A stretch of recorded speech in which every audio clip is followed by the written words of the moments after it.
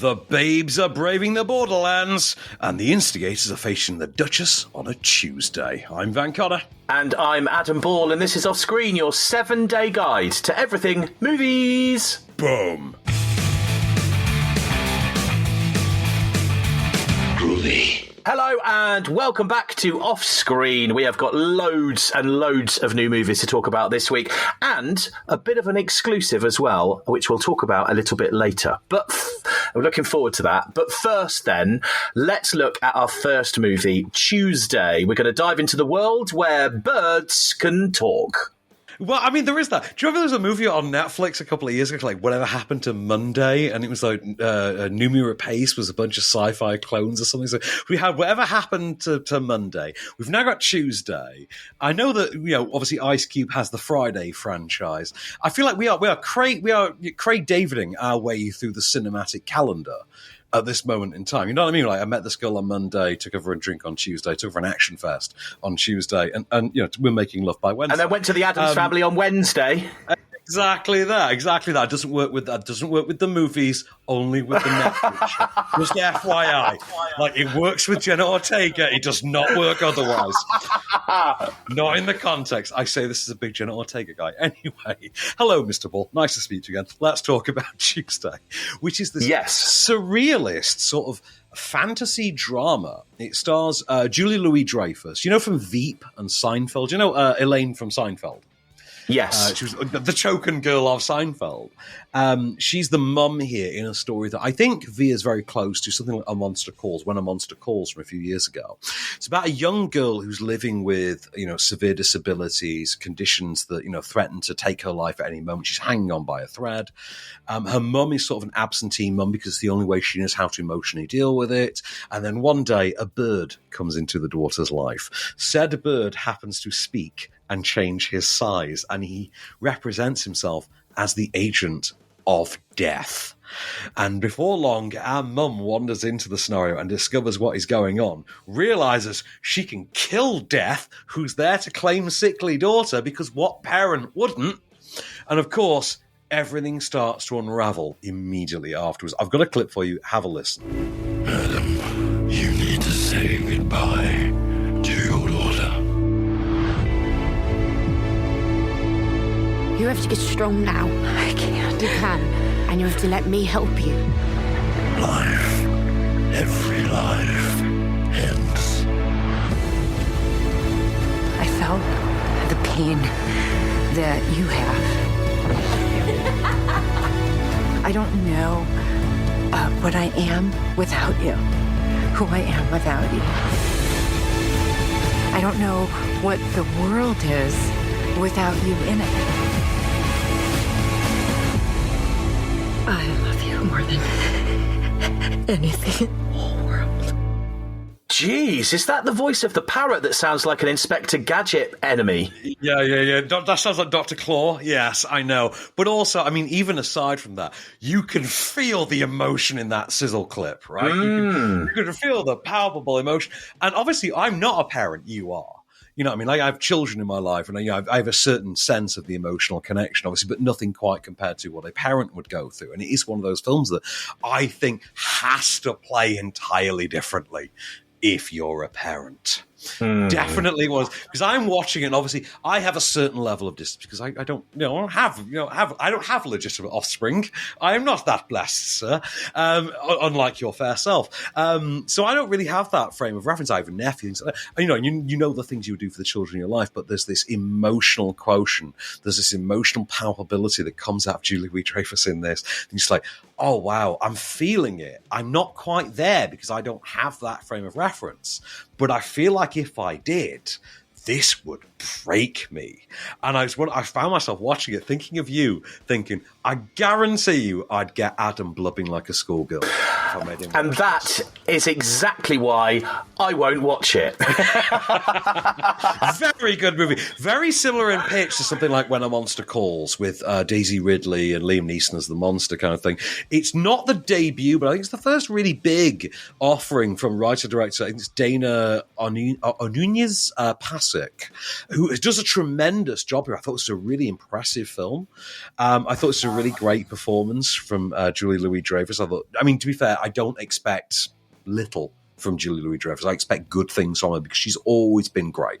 Started out in comedy, like all great comedy performers, found her niche in really hard cut, like satirical drama as time went on as well. Lola Pettigrew as well as Tuesday, the eponymous character, the sickly girl, I think really makes an impression as well. I thought this was really something. I don't think it's as good as When a Monster Calls because it doesn't quite hit the emotional chords, but I think if you want an unexpected weepy this weekend with a slightly fantastical element, a slightly over-the-top, end-of-the-world element to it, that is downplayed, that is quite subtle and subdued, check out Tuesday. This is really something to see, I think.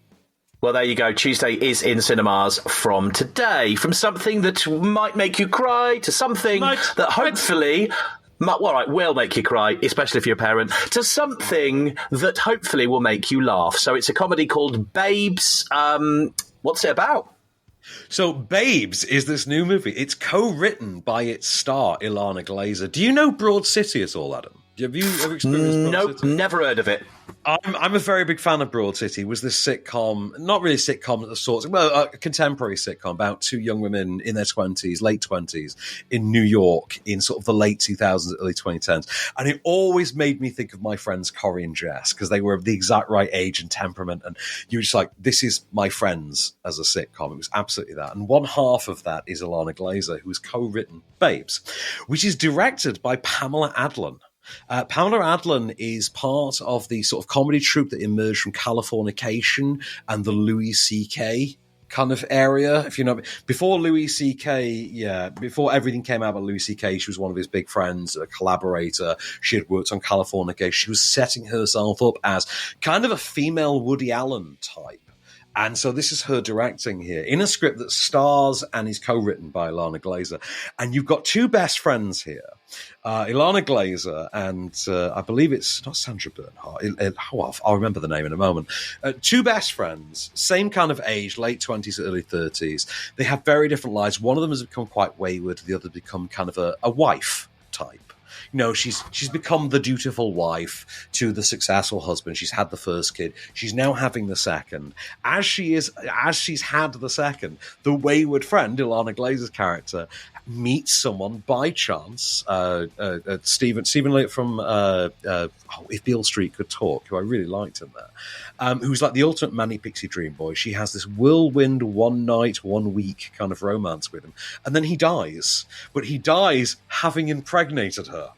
And our wayward sort of, stoner type friend then has to make the decision, do I go ahead with this? Like, I need to remember him. He's like the great lost love. Do I remember this?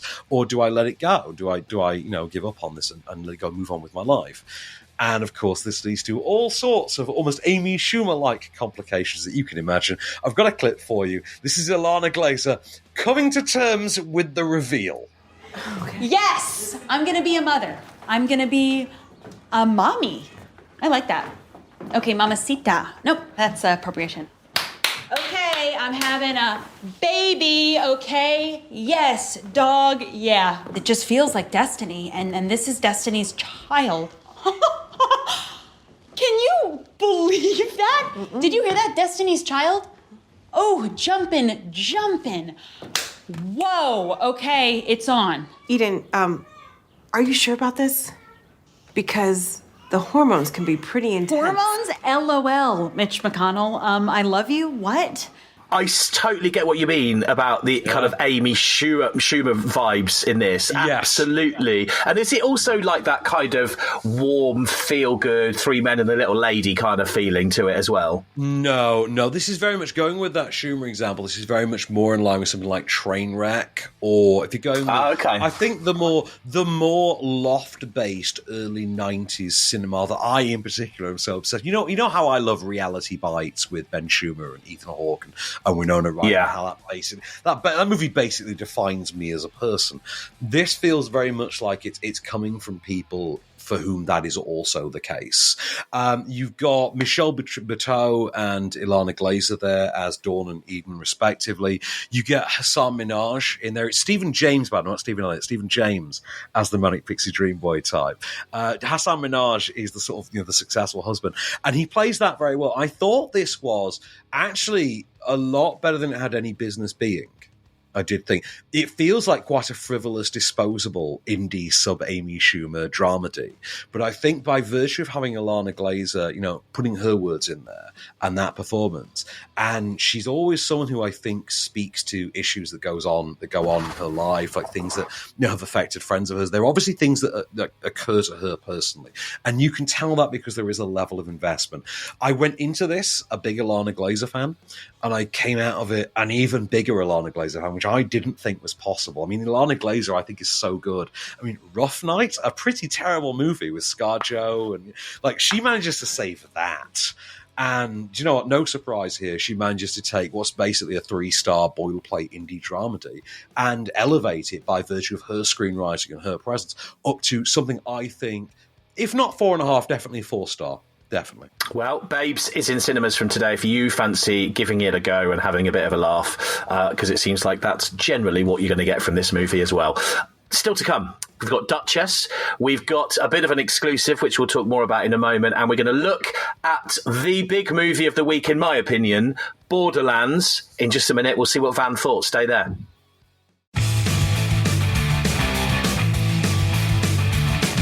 Hello and welcome back to Off Screen. We are going to look at Duchess in a moment. We've got a bit of an exclusive coming up as well. But right now, let's look at Borderlands. Kevin Hart is back, and Cate Blanchett as well. That's where you came to from Borderlands? Like you went, Kevin Hart is back. That's the thing. You look at the entire marketing campaign for Borderlands and your takeaway is Kevin Hart is back. 'Cause I'll be honest with you, I would have thought, and there is a story behind this, but I would have thought that the minute they announced a Borderlands movie, every PlayStation kid in the universe would be chomping at the bit like, oh my God, there's a Borderlands movie, because I'm sick of seeing the ads. I've never played the game, but I'm sick of seeing the ads. So, right, I've never played it. I've told you that. Let that be the preface to what I'm about to say for this movie, because I don't know the games. I don't know the plot of any of them. So, I'm only reviewing a movie. I'm a film critic, not a game critic. So, new movie. Co-written by and directed by Eli Roth. Hostel Eli Roth. Remember him?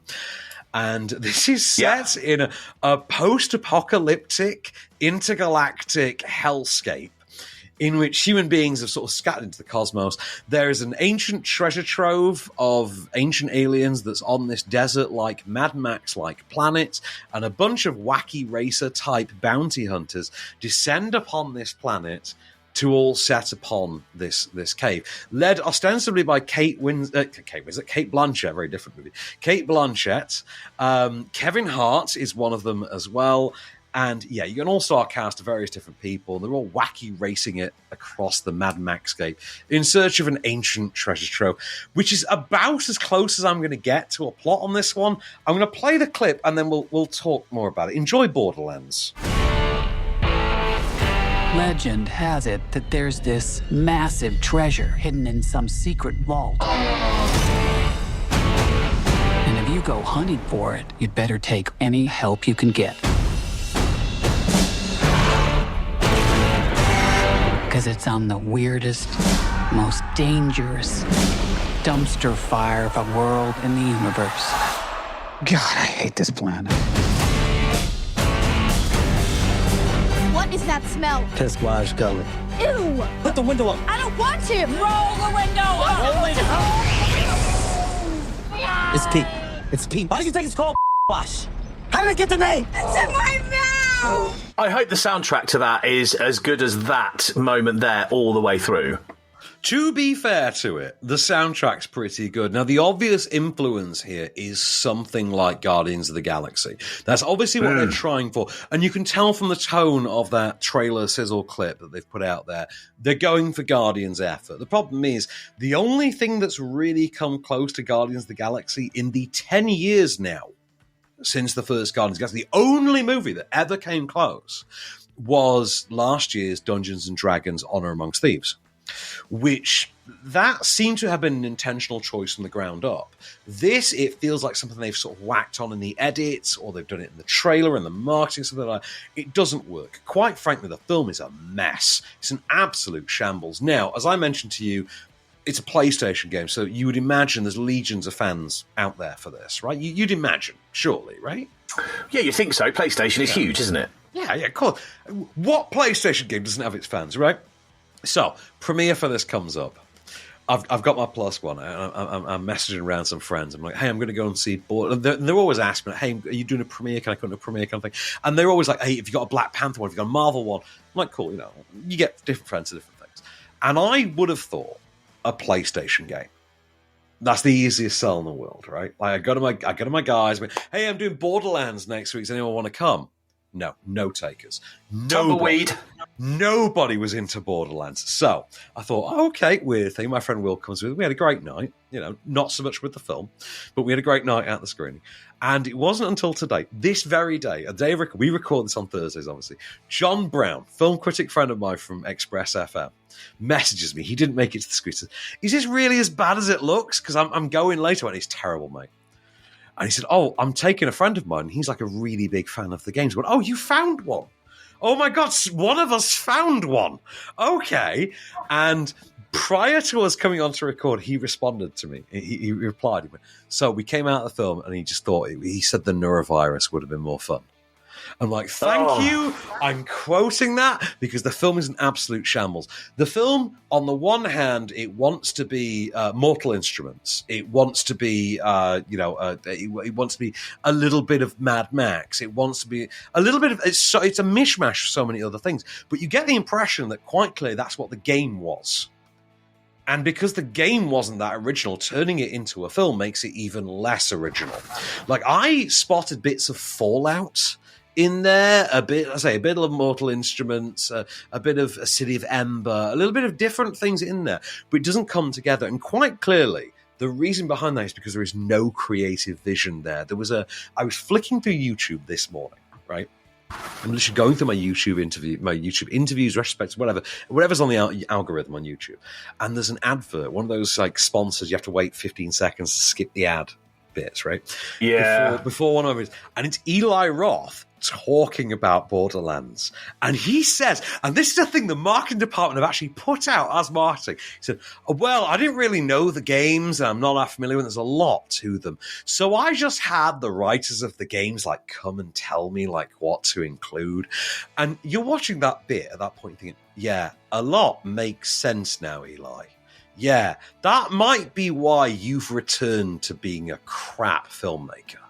That might be why, after the likes of, Green Inferno and Knock Knock, you've returned to being an absolute crud as a filmmaker, because this just feels like music video director's imitation brand Guardians of the Galaxy meets Mad Max.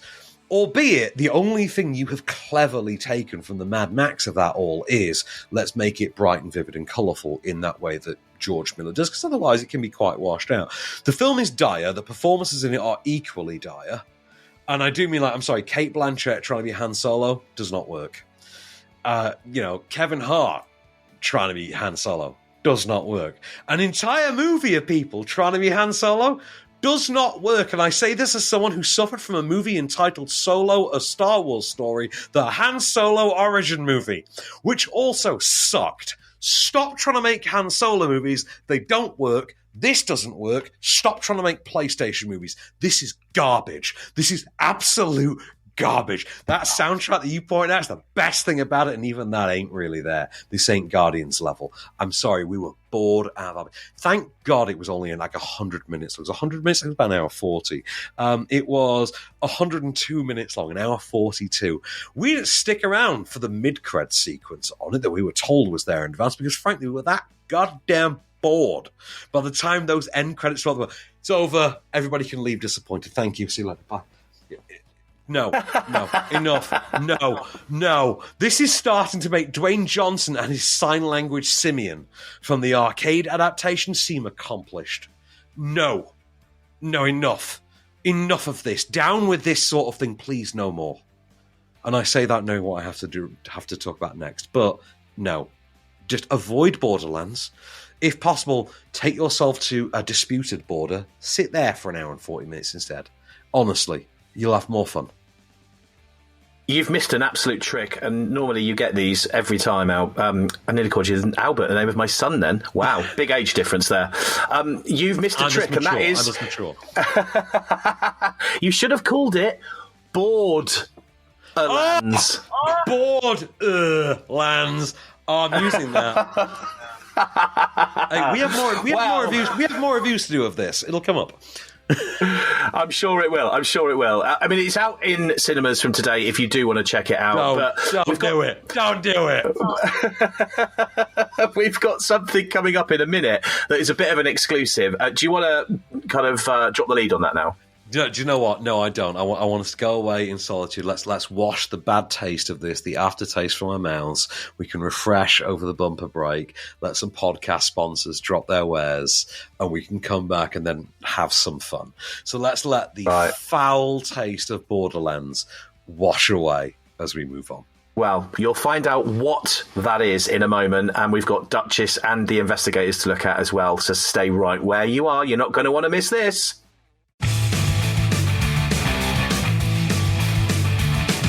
Hello and welcome back to Off Screen. Okay, so I've been kind of bigging up. We've got a bit of an exclusive, something a bit different to our usual podcast, and that is we've got an interview. Oh, well, do you know what? I don't want to ruin this. I want you to have the starlight in this. So you take it away. Mate, I got to sit down this past week with one of my absolute hero filmmakers. Like, one of the only filmmakers who, if you put his name on a poster, you get me in that cinema. You get me. If they're not press showing it, you get my money. And that has happened, where they've not press shown a few of his, and I've just forked out the money. I'm going day one. I don't care. I love the man. I got to sit down with Neil Marshall this past week. Now, obviously, for yourself, for your reference, I'm going to have to go through your marshallography. What is your marshallography? Have you seen Dog Soldiers? Do you know Dog Soldiers at all? Right. Great. Do you know Dog Soldiers? No. Right, so Dog Soldiers was the movie 2002. It was the SAS on training manoeuvres in the Scottish forest, and they happened upon werewolves. Then you get The Descent, which is the group of young women who go caving, and they happen upon the mutants. What's that? Then you get Doomsday, which is Rona Mitra after the pandemic, when they have basically quarantined Scotland, and it's like Escape from New York. Then Centurion with Michael Fassbender and Olga Kurylenko. There's a god-awful remake of Hellboy, a reboot of Hellboy in 2019 that we don't like to talk about. And then Neil Marshall's career sort of goes off the sidelines a bit, but in the middle of it, he directed a lot of great television and the really, really good battle episodes of Game of Thrones, like the Battle of Blackwater Bay and things like that. Wow. All him. The man has skills, and I got to talk to him. And I was a film student back when he started out, and we were big fanboys. Rob Yeomans, who, you know, he's a film location guy now and a producer now. He and I meet up every now and then. We still nerd out Neil Marshall. So he's got a new movie out this week. It's called Duchess. I don't want to talk about the movie just yet. We do somewhat in the interview. It stars his on- and off-screen partner, Charlotte Kirk, who's also co-written the movie with him. That comes up. Ladies and gentlemen, I give you the one, the only, the great Neil Marshall. I've got to fanboy you for a moment and say I was a film student in the 2000s, around the time of The Descent and Doomsday. And we thought of you back in that era, all of us wannabe filmmakers thought of you as our sort of 2000s British John Carpenter. So I'm very curious to you, because I know you're obviously a fan. I have to ask, how do you feel about that comparison? Are you John Carpenter? I will take that compliment. Now is that I'm now the pressure's on kind of a thing? Well, I mean, Carpenter is definitely one of my biggest inspirations. So, you know, as a filmmaker, possibly more so than anybody else. I mean, I always say that the reason I do all this stuff is because of Spielberg and Raiders of the Lost Ark. But I think overall, I think Carpenter's probably had a more direct impact on the kind of films that I've made and the way that I make them, and shooting styles and directing styles and things like that. So yeah, no, I mean, massive inspiration, and that's a big fat compliment. I'll take that one. Well, I'm happy to, I hope I've made your day there. But obviously, you're so associated with, in particular, as well as the Carpenterian sort of genre kind of choices that you make, sci-fi, action, horror kind of thing. You've gone action with Duchess, but it also feeds into another one of your staples, which is you quite favour a strong female lead. Like it's kind of a staple of your thing. Is that an intentional to when you pick these projects? Or? It wasn't. It wasn't my plan all along. I think I got into when I made the descent. I suppose I kind of made a very big statement then. Yes. And kind of way ahead of its time as well. Mm. And still, like, finding a horror movie with an all-female cast is pretty rare. Yeah. So that was part of it, and then that kind of went on to Doomsday, and I had Rona in that, and then although she was the villain, I had Olga playing a fantastic female character in Centurion. So it kind of led through from that, really, and then I suppose that since Charlotte and I came up with the whole concept of Duchess together, it was always the case that it was going to be about a female character taking over the organization and getting revenge and such like. The initial concept was born over, I think it was a Chinese meal at some point. As all good things are. As they are, yeah, which was the notion of a female Scarface. Mm. As being a huge fan of that movie, was like, well, what about a female gangster movie? And sort of, these things take quite a while to, from gestation, original idea to gestation to getting it written to finally getting made, was a number of years. And in that time, a few other things have come out that have had female gangsters in. But when we first conceived it, it was kind of quite original. It was kind of really unique. So it goes. How's the collaboration process worked for you in this case? Is this where you've come up with the germ of the idea directly in collaboration with Charlotte, and you've literally built the whole thing together from the ground up, or is it you've thought to yourself, I want to do film A, she's thought I want to do film B, let's merge these two? How's that collaboration gone with this one? As I recall, it was always like a joint process. I mean, I've always done the physical writing, but always bouncing ideas backwards and forth and taking notes and, talking about the process as it goes on. So it always develops, together. In terms of working with you as a collaborator, I have to imagine, given your sort of mindset, are you an insufferable person who's constantly coming up with ideas, or is this sort of, I've got this idea, I'm going to go away and develop this for 5 minutes, don't bother me, or are you someone that has to keep coming back with the sparks that you need to bounce off someone? I think I might be the insufferable person. I don't know. I think I'm a pretty good collaborator. Certainly, I believe I'm a good collaborator with like my HODs, with my designers and my cinematographer and all that kind of thing. As a writer collaborator, I don't know. You'd probably have to ask Charlotte about that, or one of my other collaborators. I think I'm okay. I mean, I'd certainly like come up with ideas, and I certainly get hung up on certain ideas and try not to be too precious about other ones. But if there's something I'm really precious about, I will, put my feet down about it. Stamp my feet, spit my dummy out, that kind of thing. Fair play. I mean, I mentioned it. I'm a huge fan of, in particular, Dog Soldiers. I really love Dog Soldiers, and this film would, if I'm remembering right, this would mark, I think, is this the 5th feature collaboration with Sean Pertwee? I think in Duchess. Fourth. Oh, I'm down one. You've worked with Sean a few times. He was in Doomsday, yes. Dog Soldiers. I think he was in The Reckoning as well. Yes. It is 4. Do you deliberately create characters that just fit the man, or is it a case where you write the movie? Do you know what? That role there, that would be okay for Sean. How does the selection go there? I think I secretly write characters just for Sean, but always trying to write something different each time. Just to give him something new to do, so he's not repeating himself in my movies or whatever. Maybe kill him in a new way each time as well. But certainly try and develop new characters for him. He does get that Sean Bean fate a lot in cinema. He does. Poor boy. The fate of all Seans, I think. The fate of all Seans. It's a new red shirt trope. You've gone for something quite unique in your pantheon here in terms of its genre and tone. It's like you are known generally for more fantastical kind of stories. This is a lot more real world set, even though it's still a fun, punchy actioner. This is, I think, arguably the first movie, as I would say, is really set in the regular real world. And has that? Yeah, I never thought about it like that, but yeah, I suppose it is. I mean, it's still a genre film. It's still, it's either an action thriller or a gangster movie, or it's an action movie. I mean, I always thought that the thread that runs through my work is action more than anything else. Is like I always want to get good action in there. But you're right. It's my first sort of non-genre piece.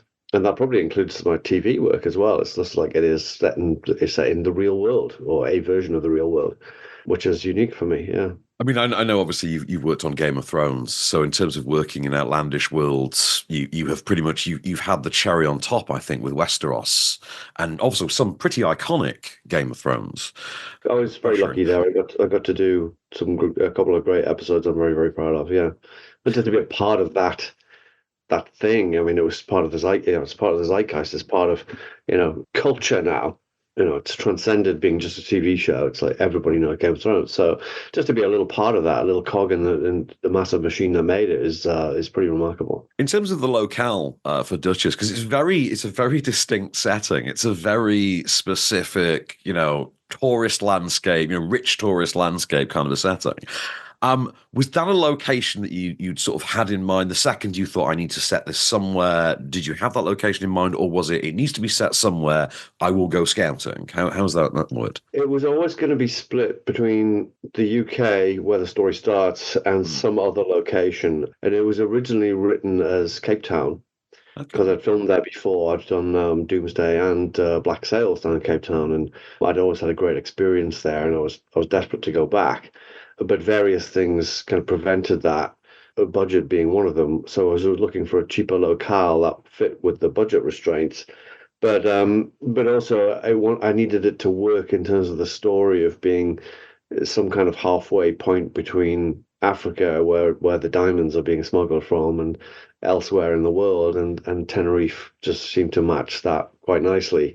And the fact that it was kind of it's kind of a tourist spot and things like that just kind of worked with the whole theme and part of the story. So that all worked out nicely. As I was watching, I think particularly the use of Tenerife and just the visual aesthetic of it, but also with that tone that you've gone for here, really made me think a lot of Sexy Beast. Yeah, I mean, I'm a huge fan of like 70s movies and British gangster movies from that period, and the late 60s, the 70s, and maybe a little bit in the early 80s. But and then I think Sexy Beast taps into that as well. But it's just that whole thing of the Brit gangsters on the Costa del whatever, the Costa del crime is a big part of, I don't know, British gangster culture. So it fit nicely with that for sure, and certainly the vibe with the a bit of sunshine and some like very 70s kind of score that we've got, and the typefaces and the credits and things like that. I wanted to give it that kind of funky feel. We've already touched on your filmography's penchant for strong female leads and star making turns really that you've had over the years. Kelly Riley, Rona Mitra, Olga Kurylenko you've mentioned as well. You've always worked with these actresses at the cusp of breakout points.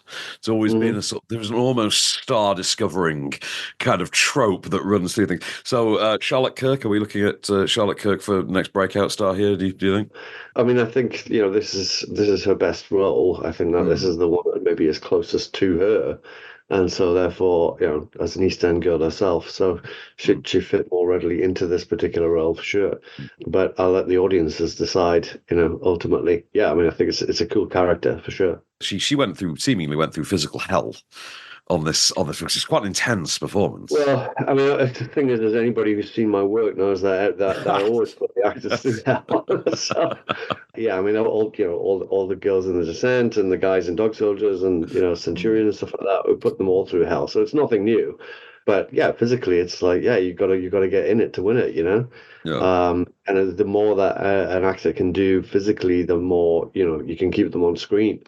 Especially when you're doing action scenes, because it always shows. Even nowadays, we can do face replacement and stuff like that if you've got the budget for it, but that's very expensive stuff to do. So better that your actor can get in and do the physical work and do the fighting and the boxing and the the running and the diving and falling and stuff like that it's all better for the film. The absolutely brilliant and in no way disappointing Neil Marshall there.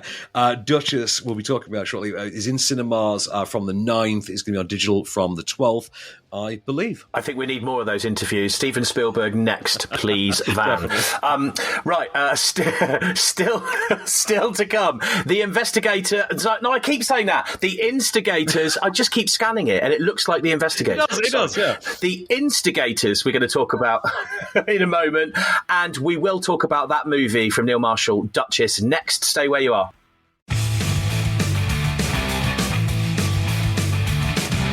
Hello and welcome back to the show. Right, we've got The Instigator still to talk about in a moment, which is out on Apple TV, actually, from today, so you don't even need to leave the house for that one. Right now, though, let's look at Duchess. Of course, you heard Van's interview with Neil Marshall a moment ago, but let's find out a little bit more about what Van thought of the film. Duchess, which is the new movie, co-written by Neil Marshall, directed by Neil Marshall. He's co-written this with Charlotte Kirk. Now, obviously, one of those things I can't really talk about in the interview is there's a big off-screen thing with Neil Marshall and Charlotte Kirk. There was some controversy behind that. It's not my place to talk about it. That's what Google is for. Make your own mind up. I don't particularly find it that depraved or anything like that, but sure, Jen, you do you. So, Duchess, new 154-minute action movie, takes place in England and Tenerife, follows Scarlett, played by co-writer Charlotte Kirk, who's a tough-as-nails kind of pickpocket conwoman type, boxers for fun, meets the man of her dreams, played by, is it Philip Winchester? I want to say Philip Winchester. Philip Winchester from Strike Back. Man of her dreams, who's a diamond merchant. She gets very quickly drawn into his world, the idea that he's actually kind of an alpha male. He's a gentle giant, but he is an alpha male. She's not used to that combination. She's used to tough guy, like dealer, pimp types. She's not used to the idea of someone who is actually tough, but, wears a suit and, knows to speak nicely and things, and just treats her like a princess. So before she knows, she's in head over heels. She's completely in love with this man. And his life, his job, catches up with them and leaves her effectively the grieving widow. Nothing more than Uma Thurman out for revenge, aided only by his two surviving sort of sidekicks, Sean Pertwee et al. And she sets out to reclaim his stolen diamond empire by any violent means necessary. Have a clip, and in this clip you will hear a certain Miss Stephanie Beacham as well, which pleases the 80s boy in me to no end. Enjoy. It's not enough to be as good as a man. You have to be twice as ruthless and 10 times a bitch. Oi. Nicely done, Duchess. Duchess. She handled that with grace. Real power can never be given. It has to be taken. You've got some balls on you, princess. It's Duchess. I mean, the trailer to this looks fabulous. I mean, it looks like so much action, and I'm assuming, is this set in London? Right, so it's partly UK, partly Tenerife. So they need a foreign locale to set about half the movie. So they've gone with Tenerife. I say it came up in the interview anyway. It wasn't originally Tenerife. I think it was meant to be South Africa originally, according to Neil Marshall himself. But it settled to be Tenerife, the Costa del Crime. And because of that Costa del Crime element, like I say, I said to him, I thought a lot of Sexy Beast in this. Like, I was thinking a lot of that kind of movie, because Sexy Beast is 24 years old now. So, it's kind of a revenant movie in its own right now. I know he goes back further to films of the 70s and 80s, but obviously for me personally, it was kind of Sexy Beast in the more modern, the more contemporary context. It's trash. Like, this movie's absolute trash. I'm not gonna sugarcoat it for you. It's trash, but you know what? It's trash made by Neil Marshall, mate. And trash made by Neil Marshall. Bloody good trash. I'm not gonna lie. I mean, it looks good. It does look good.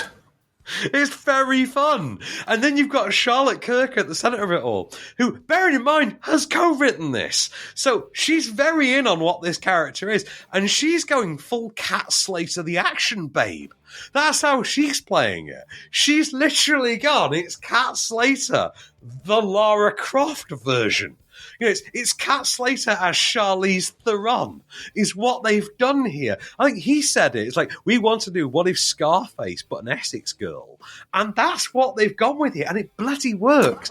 It's visceral and nasty and fun and punchy and ridiculous. So stupid. Like, it's unbelievably stupid. But you go with it because you're having a good time with it. And as long as I'm having a good time, I don't mind you talking down to me. I don't mind you getting ideas above your station. Do whatever you want, as long as I'm enjoying it while you do. Yeah, absolutely. And to me, I mean, I obviously haven't seen it. I'm only going on the trailer. But it does seem like there's some kind of comedy moments in here as well somewhere. A lot. Yeah. There's a lot of that. Once you've got Sean Pertwee on board for a Neil Marshall movie, and you've seen Dog Soldiers, you know how funny he is in Dog Soldiers.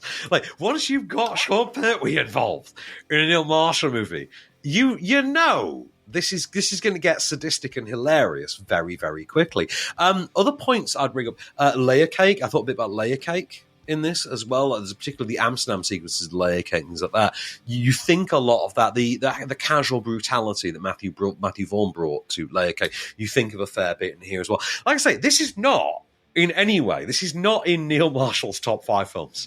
Like, it's not even in his top 5 things he's directed, because Game of Thrones exists. But it's fun. It's a lot more fun than since this more problematic period of his filmmaking has existed, which is basically the last 3 or 4 years, post-Hellboy, the Charlotte Kirk era, let's just call it that. Since the Charlotte Kirk era, he has not been at his best. However, I think there's a case to be made here that I think they might have brought the best out of one another in this particular case. It's certainly the most fun they've had together. And I think if they do more stuff like this, I think we can look back at stuff like The Reckoning and the whatever forgotten one was that came after, which I don't even remember the title of, which were very forgettable and just didn't even seem like Neil Marshall movies. I think this feels like, okay, I can get on board with this. And I'm down with it. I've still got that great fun filmmaker that I enjoy, whose work I love, who knows to bring a strong female lead, visceral action, guttural thrills, nasty violence, things like that. I've still got that. And I know that he very clearly is in a place here creatively where he feels comfortable and happy. And fair play to him. I got no notes on that. No notes whatsoever. Fair play to the man. I'm down with this. For everything has been put upon him tabloid-wise, writing-wise in the last few years, I'm glad we got a movie that, even though it's trash, and again, it is trash. Even though we've got a movie that's trash, it's fun trash. And I say this one more time. Neil Marshall doing trash is better than a lot of other filmmakers' A-games. It just is. I'm sorry it is. I'll die on this hill. Neil Marshall's back. Fine. That's all I need. Well, if it's all you need, you can see Duchess from today. It's out in cinemas, so go and check it out. Right, we have got one last ride, The Instigators. We'll see what Van thought of that one in just a minute. Stay where you are.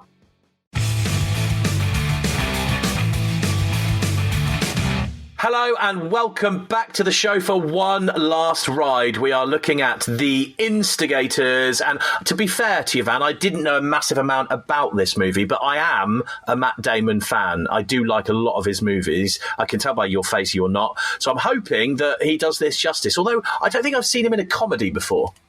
Okay, first of all, I am a Matt Damon fan. I'm a very big Matt Damon fan, in fact. One of my very favourite movies ever is The Martian, I will have you know, and I have very, very fond memories to my emotional core. I have a core memory, to quote the Inside Out lingo, of seeing Saving Private Ryan in cinemas. Good Will Hunting, I think he's a baller as well. Dogma, love Dogma. I got a bat for one or two of the Bourne movies, I guess. But no, I'm a Matt Damon fan. I was wincing at the you've not heard anything about this, because I don't think anyone had heard anything about this until about 2 or 3 weeks ago. And it's like, oh, hey, Matt Damon made a movie with Casey Affleck. They've reunited. It's going to be on Apple TV Plus and in cinemas in 3 weeks. Like, cool. Marketing is dead. long live cinema. You know what I mean? It was one of those moments. Now, the thing that gets me here, so, written and directed by Doug Liman. Okay, I love me some Doug Liman, sir. So Doug Liman burst onto the scene in 96, wrote and directed Swingers with Vince Vaughn and Jon Favreau. I love Swingers. Pour some Swingers in me. Made Go, I love Go, a movie I watch over and over again. And then, of course, the very first Bourne movie, which I believe is his first Matt Damon movie as well. He also went on to direct, in years gone by, went to do Mr. and Mrs. Smith, did The Edge of Tomorrow, did the Roadhouse remake this past year, which you know I'm a very big fan of. Yeah. And now has made this. Now, this is very interesting in context of Roadhouse for reasons I'll get to afterwards. But for the purposes of our movie, Matt Damon is an ex-con who's just trying to find his way, make ends meet, support his family, etc. He's also got, he joins a heist crew in which he is teamed up with Casey Affleck, a sort of disheveled, wayward criminal who just can't get his gear together. They go on a job. It all goes wrong, and they find themselves on the run across the city of Boston from not only the police, but also a corrupt policeman enforcer, played by Ving Rhames, and a corrupt mayor, played by none other than Ron Perlman as well, whose gear they have stolen. Have a listen. This is Matt Damon trying to coax his therapist into helping them out along the way. He needs a doctor. You're a doctor. I just need you to take the bullet out, patch him up, and we are on our way. We're gone. If I did what you're asking, Rory, I would be breaking the law.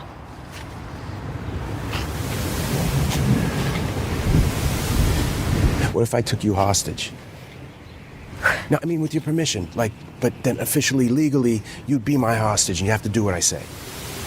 He's really hurt.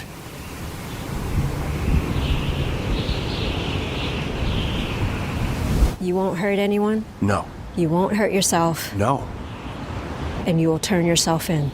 After I do what I gotta do, I will turn myself in. And I am your hostage, we're clear? Great. But is it funny? No. That is the worst part of it. I really wanted it to be funny because it has so much coming. You can hear Hong Chow in the clip. You got Hong Chow in a movie. Come on, you've got my attention. She's so good in the menu but no, it's just not funny. And I think the very first thing I wrote in my notes watching this was, wow, we're only like 6 weeks off of the release of Wolves with Brad Pitt and George Clooney kind of doing this shtick. And that is just going to trounce this effortless. This just does not feel up to it. It very much feels like a streaming film. It feels like a cut down, not particularly large in scale, ambition, or scope, kind of made for streaming film. It's a very character-driven film, which I have to give it credit for because it would be nice to see more of those in cinemas. And this has a limited theatrical window. And Matt Damon does this kind of stuff very well. And he and Casey Affleck are not bad. The problem is the script simply is not there. Now, in terms of it feeling quite made for streaming, this is where the Doug Liman of it all gets interesting to me, because Doug Liman had, wrote and directed Roadhouse for Amazon Prime. He had been promised they were doing it theatrically. They then welched on that after certain debt calls, etc. And he even went to Bezos's boat and showed Jeff Bezos a screening of Roadhouse, like pre-release, on his yacht to try and convince him to just please put this in cinema. It's a cinema film. And he got very jaded, threatened to boycott the premiere, didn't in the end. But now we've got this, which is a limited theatrical, the day and date with its streaming release. And this feels way, way more of a streaming film. And it's very interesting to me that Doug Liman seems so much happier with this than he did with Roadhouse. Roadhouse is an infinitely better movie. But he seems happier with this. And I feel like that might be more a corporate dealing thing. At least they were above board with me. At least they told me they were going to put this in cinemas and on streaming the same day. I can live with that. I get that. I get where he's coming from.